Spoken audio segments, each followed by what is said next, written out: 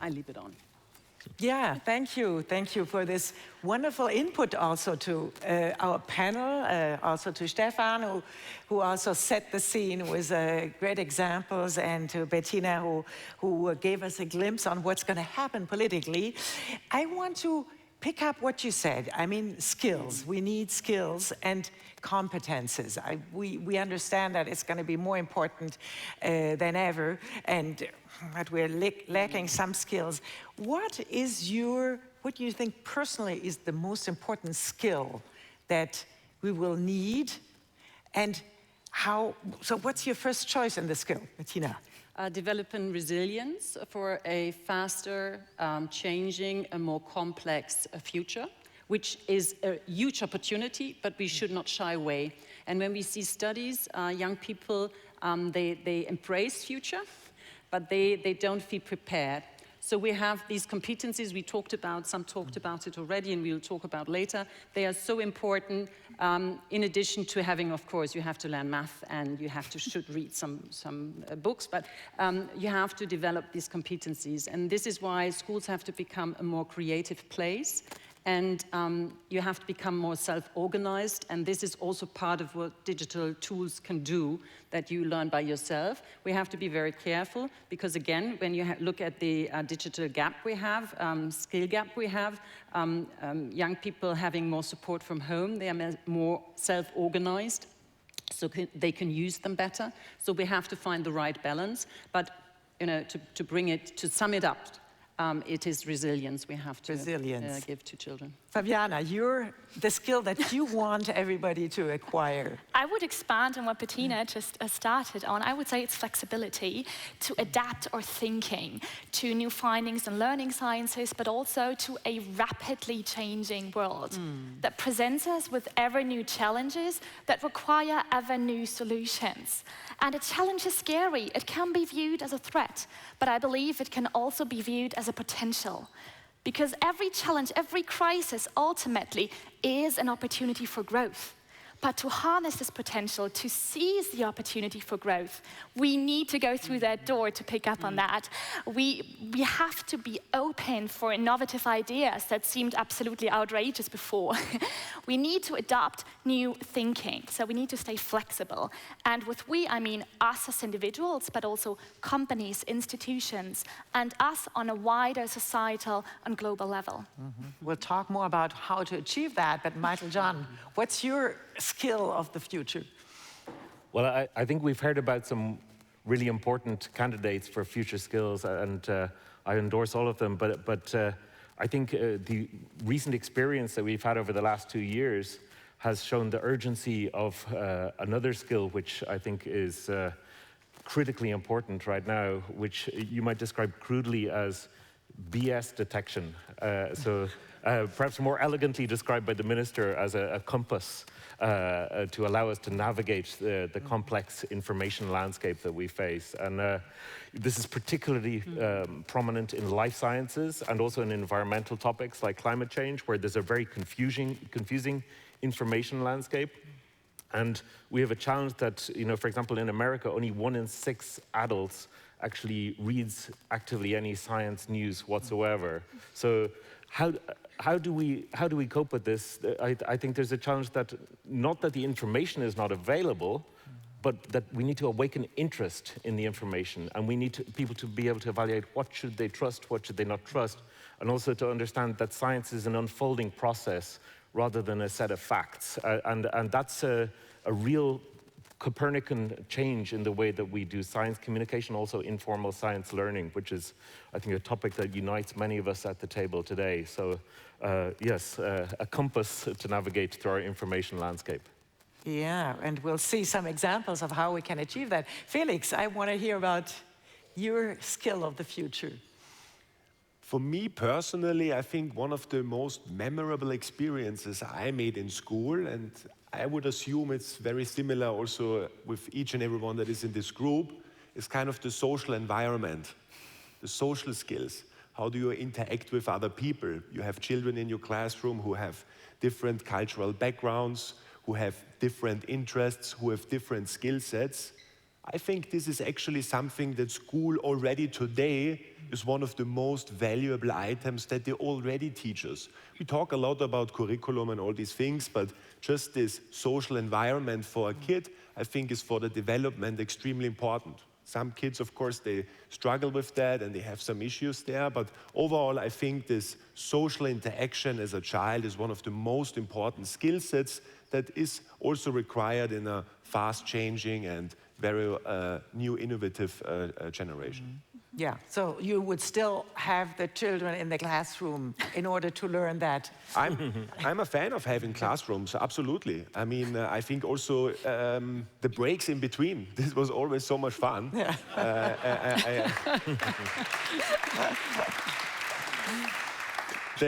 The lesson itself, as you just pointed out, why is only 1 out of 6 kids interested in reading science papers? This is for me something that depends on the teacher. Because if you have a teacher that inspires you and that is super enthusiastic about science, then I would assume you have 9 out of 10 people who might read an article around that in the afternoon. But from a skill set perspective, yes, the social part, that is important, that is super, super crucial. Yeah, but the fun of science and the importance of science, you know, it doesn't seem to be. Also, I must admit, my children don't really get it either. So, do we somehow have the wrong teachers, or what's going wrong there? This enthusiasm, this understanding of science. Michael, Bettina, you probably both. I make a start ideas. on a very personal level, and then we can develop on that. I mean, now. I have the pleasure not only to be Minister for Education, but also for research and innovation. And I travel around the country, and I see so wonderful, interesting, fascinating things happening, for example, in natural sciences. So today, if I had to choose again, I'm a trained economist, I would choose natural sciences. Why? Because, I said the word already. I think when we are in school and we learn natural sciences, we do not know the why.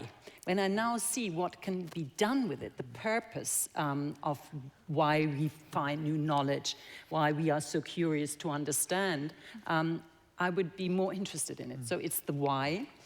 And then, of course, it's having the, and that was said in the previous speech, that we can, you know, learning is not only listening and reading, it's experiencing. And I think that it would break a lot of barriers, also mental barriers, to think, oh, physics, it's so difficult. You know, try it out, learn it, and understand why it's good to know about it.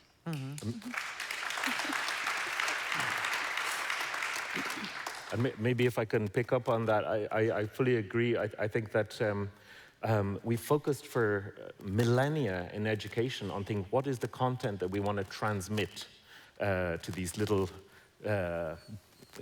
buckets waiting to be filled with knowledge, rather than flipping it around and thinking, you know, what is this person interested in? What's relevant to them? What are their concerns? And how can I actually bring science into that? And I think we need to make that complete mind shift in the way that we engage with science. I also think that you made a point earlier about lifelong learning, and you know, education and learning don't just happen in schools, right? They happen throughout our lives. They happen through play, through activities in nature, and also through informal learning spaces, physical spaces. And I think one thing, you know, in terms of the pandemic, we learned that actually reality rules in terms of people actually do need to be together. And Felix mentioned this, that they need to be embodied social environments. And I think you have an interesting example that you're working on, right?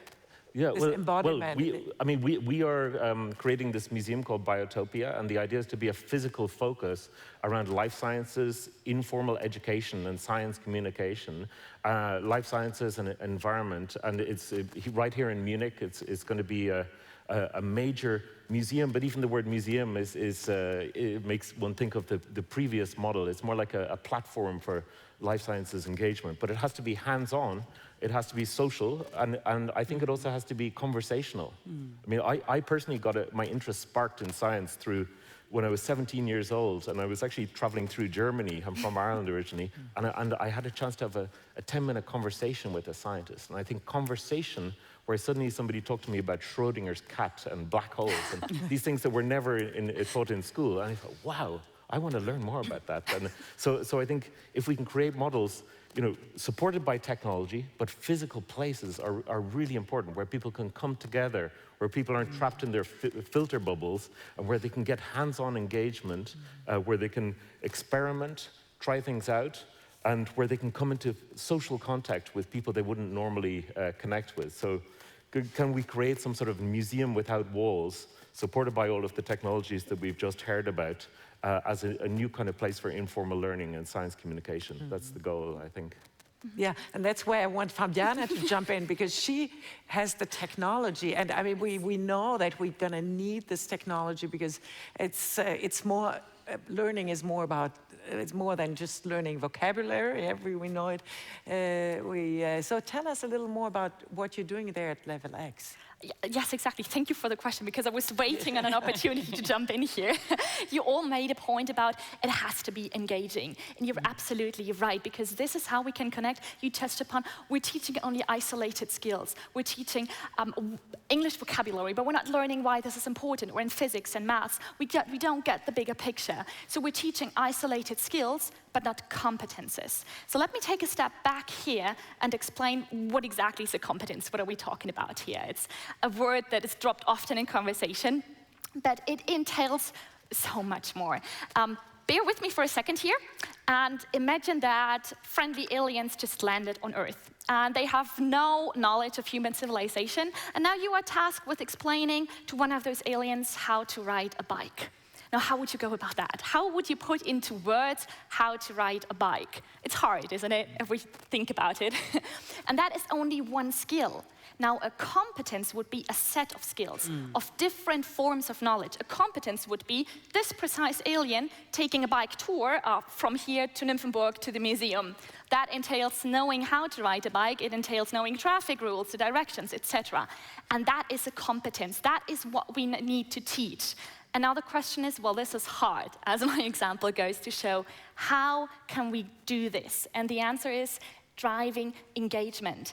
We need engaging creative solutions to enable learners to develop competences. And this is precisely what we do at Level X. But for our mission at Level X to become a widespread reality in different educational settings, not just in school or university, we need to overcome a very common held misconception about education and fun. Because for too long, these two have been seen as mutually exclusive, as something either has educational value, a museum, or it's fun. But we need to overcome this dichotomy, because we need to get to a place where it's not education versus fun, but education is fun.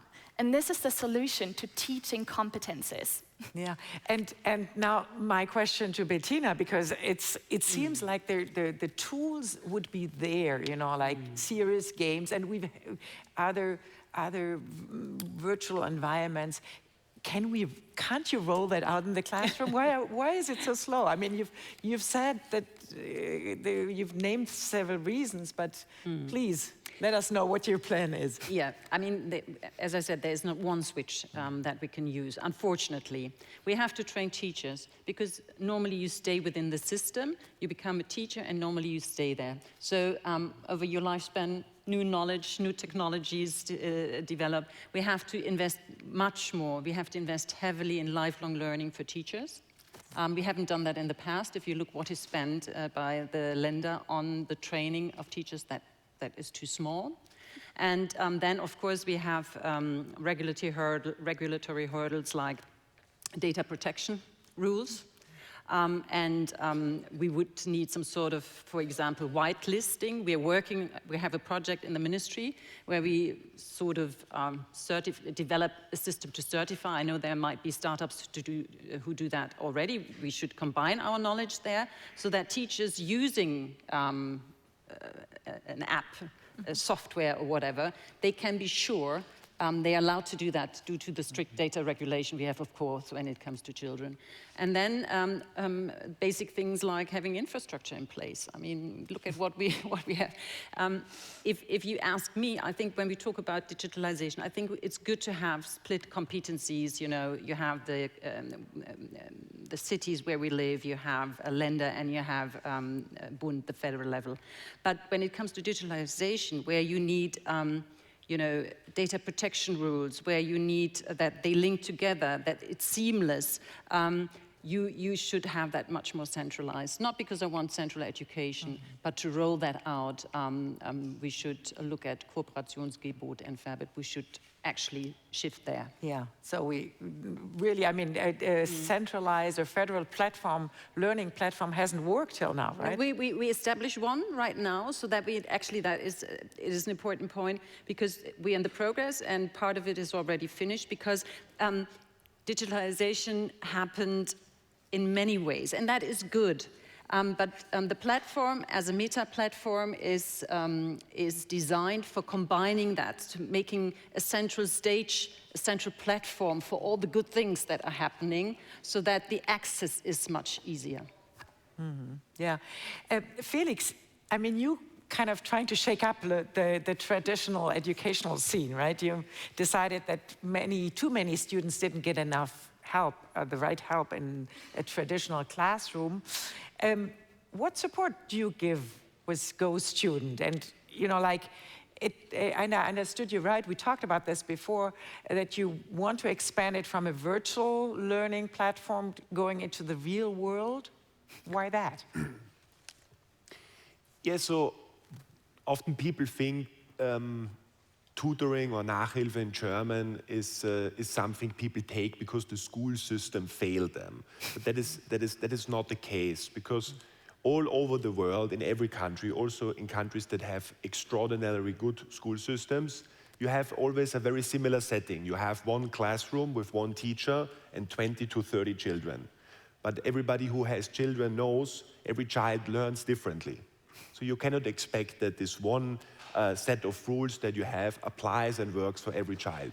So there are millions of kids out there who need additional support, where the parents maybe don't have the time or the knowledge to help and support the kids. Or there are also millions of kids out there who are super smart and experts in fields and want to deepen their knowledge. These are the kids that come to us. Kids that either need help for fundamental basics in mathematics, reading, etc. And then we take them by the hand, we try to identify a really good teacher for them, and then we support them long term. But to really, and we did this so far always 100% online, one child with one teacher, super individual support. Now, in the next 12 to 24 months, we will also go hybrid. We will invest a significant amount of money in building also physical infrastructure, so that you can send your kids also to a physical center where they can have group lessons and they can also experience a more social environment than just one-on-one. But the really fundamental core to what it boils down is the teacher. And we see that our service is only as good as our quality of teachers are. And I think in the general school system, yes, we might give and hand out electronic equipment to all the kids in a classroom, but that is not what will make the lessons better. What will make the lessons better is if you put a more inspiring teacher into the classroom. So if I would have a wish, my wish would be very simple. Pay teachers significantly more. Make their salaries competitive. Yeah. I'm up for that. Must be some teachers in the room here. Make it really as competitive as in the private industry.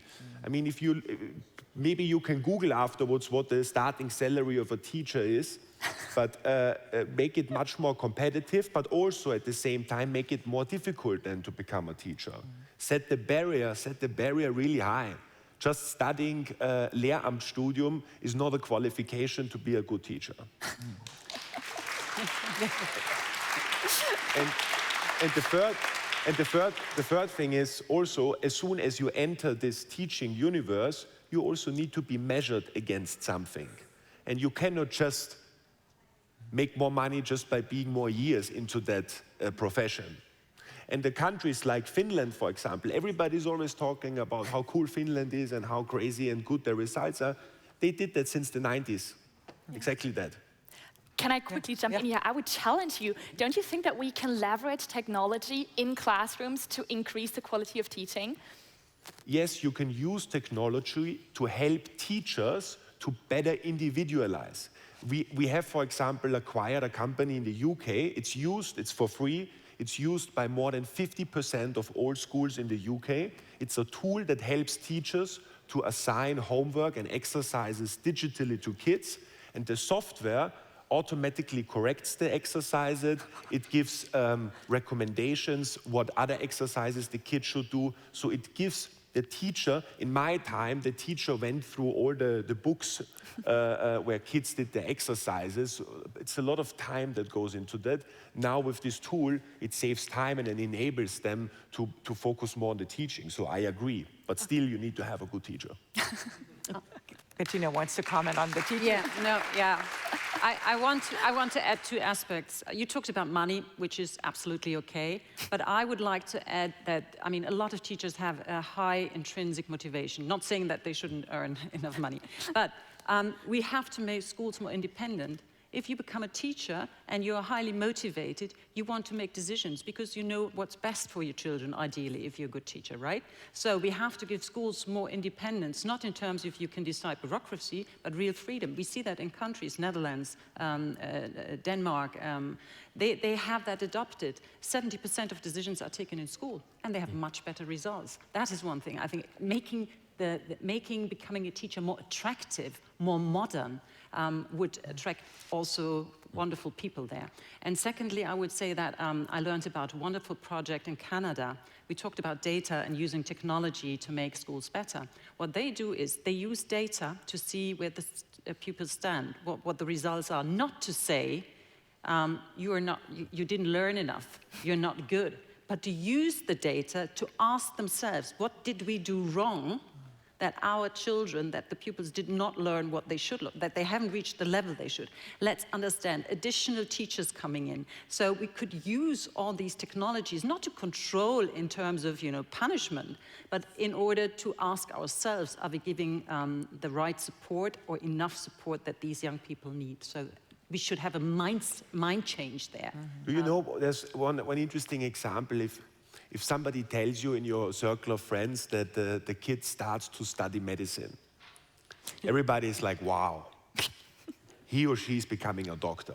That's something noble, you are saving lives. When you tell your friends that you start to study Lehramt, the reaction, you hear it in the room. Exactly. The reaction, and I studied regular mathematics first at the University of Vienna. And often the first reaction that you get is, you are not good enough to study the regular subject, you take the easy path out for them. That's the brutal reality. I would highly endorse that because I studied it. And if you want to have the teacher profession to put on another podest, you need to make the level of entry much higher. Then people also will say, wait a second, you're becoming a teacher, wow. You're changing the life of kids and make them to become like global citizens, enable them. Yeah. It depends how you measure having a high level of entrance. But anyhow, interesting discussion. We'll have it next year. Yeah, right. Now, it seems to me that the school system, it basically works like 100 years ago, right? We have a classroom, we have a teacher that stands in front of the classroom. We know that there's alternative models. We know that there's inverted classroom technologies. We can go into immersive learnings settings like what Michael Jeanne is planning with BIOTOPia. So, basically, is your plan, or do you think we need to adjust or to revolutionizing the school system? And you said you want to get together with technology people, with private initiatives. Tell us more about what's going to happen now in the next year, so we know what your plan is. You asked me if we're going to revolutionize or have evolutionary development. Personally, if you ask me, because I'm not a patient person, I would like to have the first option. But on the other hand, we have to see that we have to work somehow with what we have. What we can do is fund more options. For example, you have private schools coming up, alternative pedagogical aspects. You have schools that put a lot of new ideas into practice, because then we have some sort of competition. But we have to be careful that we don't have a split, because I think one reason why we still have that discussion is if you are able to look after your children, you take care of the deficiencies, right? But those who don't get the support, they very often don't have the voice to raise. So we have to look that we don't have a widening gap here. So you asked me, what are we going to do? First of all, we look into what we call digital pact. It was, the intention was good, but the doing was not so good. Next time, we have to not only fund the infrastructure as such, we have to fund people who use it. We should also think about how to train people who know the specific needs of education and go into schools and set up the systems, look after the right systems, because the teachers in the system that are in the system right now, in the educational system, they are not trained to use digital tools. They are sometimes highly motivated, but they are not trained. So we have to bring experts into school. This is what we're going to fund as well with the next part of the fund. We have to train teachers. We do that. We have competence centers, and of course we have to work with the lender to have the skill shift in the curriculum and a shift towards more skills and competencies in the curriculum. And of course, then we have to bridge the gap between what is offered now in the private sector, startup scene, the vital things coming up there, together with the public system. We have to make it seamless. The platform is one tool we use that we have to make it possible that these tools are used. So have the first to come to the next step very fast, and from then on, faster and faster. Michael John, you want to comment on the revolution? I think that it's very important that in addition to making teaching as a profession more prestigious, which I fully agree with, I think we also need to offer inspiring examples of how one could adopt different approaches. And I think that institutions like interactive science centers or museums can be really important in that, because they can complement what's happening in the school, and they can also bring teachers into a new world. One can have continuing professional development where you really expose people to new ideas about how to engage with science. And I just wanted to mention one example. Actually, we have a project that we initiated now with the all Bavarian schools, and today is actually the International Day of Biodiversity, and biodiversity, connection with nature, has been shown to be really important in actually initiating an interest in science at a young age. The idea is that every morning there is a phenomenon called the dawn chorus, when the birds sing very early in the morning. And if you connect with biodiversity through the ears, it makes a very emotional connection. So we've actually rolled this out. And can I show the slide very quickly of dawn chorus? Just so people can see. Dawn chorus slide, please. Yes, so this is a project where you can download an app. Teachers can do it, kids can do it, and you can actually record the dawn chorus in your location and contribute to a worldwide biodiversity project. So my wish would be actually that we work together with you, Minister, to roll this out throughout Germany and also take it to the world, involve teachers, involve students, as just one example of actually how we can get people engaged with life sciences and biodiversity, and supporting technology, but not focused exclusively on online. Great example. Now, this was one idea. I want all of you to quickly think about. You know, you all have new ideas about education. With whom on the panel would you want to meet again and develop a new project? Felix, who would be your partner for the next step in education? I have to say I have the utmost respect for the education minister to take also on that job, because normally it takes years to build reforms in education, and often political timeline is only limited. Very good. So I would I would choose you to speed it up. Great. I think you want to push it a little. Yeah.